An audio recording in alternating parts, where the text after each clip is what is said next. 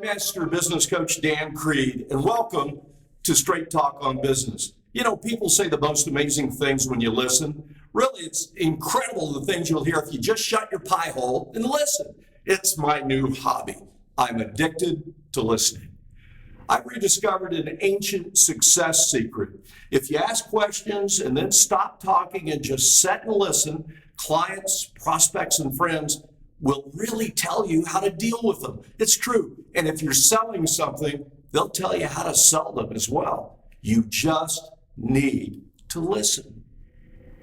If you watch closely, most people are listening for their next chance just to talk.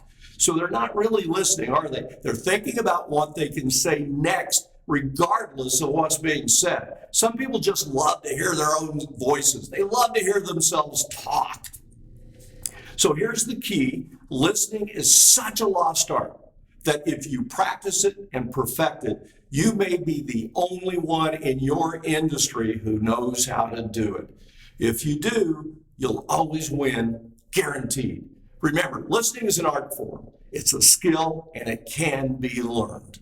I found an article in Forbes.com on developing effective listening skills. Here's some of the suggestions they recommend, along with some of the things I've found that works particularly well. So, step one, face the speaker and maintain eye contact. If you say you're listening while you're scrolling through emails, you're not listening. I've had that happen and it's frustrating, let alone disrespectful. My solution, if that happens, is to just stop talking. You must at least act like you're listening to what the speaker is saying. How much they open up and tell you is first determined by how much they really believe you are actively listening. Step two, be attentive, be relaxed. Once you've made eye contact, relax. Enjoy the conversation. It's a conversation. It's kind of creepy if you just stare at the speaker. Just focus on them and they'll appreciate it. They'll feel it. Step three, keep an open mind.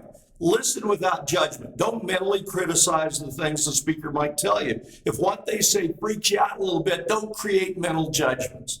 When you do, that just taints your thinking, and it risks your effectiveness as a really good listener. Step four, don't get bored.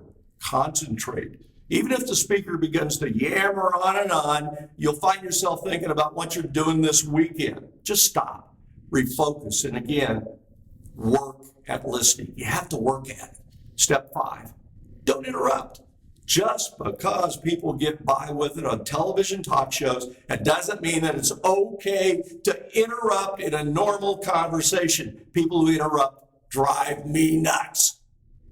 Step six, avoid one-upsmanship. We all know that person that when you're sharing a story or an event, individually or in a group, that they'll always say, well, that's great, but listen to what I did. Look, even if you discovered a way to make cheese into gold, it's not appropriate to interrupt and steal the speaker's moment. Step seven, don't impose your solutions. This is a big one. If your speaker sees that you really want to listen, they'll continue to open up and tell you more.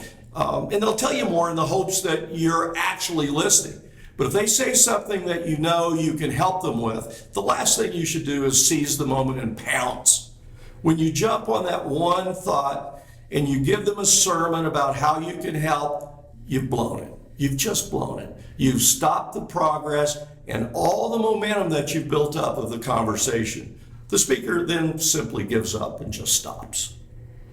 Step eight, wait for the speaker to pause, to ask for a clarifying question or questions of any kind. This is a great technique to show the speaker that you're really listening. If you don't understand something they said, it's okay to wait for a pause and then say, if I might ask you, can you tell me a little more about what you just said? I'm not sure I understand. Really, they'll appreciate that. Step nine, the key to good listening is also about being just as good of an observer. You have to watch the speaker's body language, watch their eyes, watch their mouth, how they're sitting or standing while they talk. Look for excitement, irritation, or boredom. Watch for signs of when to ask questions and when to just listen. Look, these are just a few of the key elements of building your listening skills. I'm not asking, I'm telling you to become addicted to listening. Learn the skill and practice it. It's free. You just must commit to do it and make it a discipline. Very few people have mastered the skill, and I guarantee you that if you commit to being an expert at listening, people will want to know you and to do business with you. Take advantage of that opportunity right now. Did you hear what I just said? Okay, thought so. This is Business Coach Dan Creed. Thanks for joining us. If you need help with your personal or business development, just go to my website. We'll see you soon.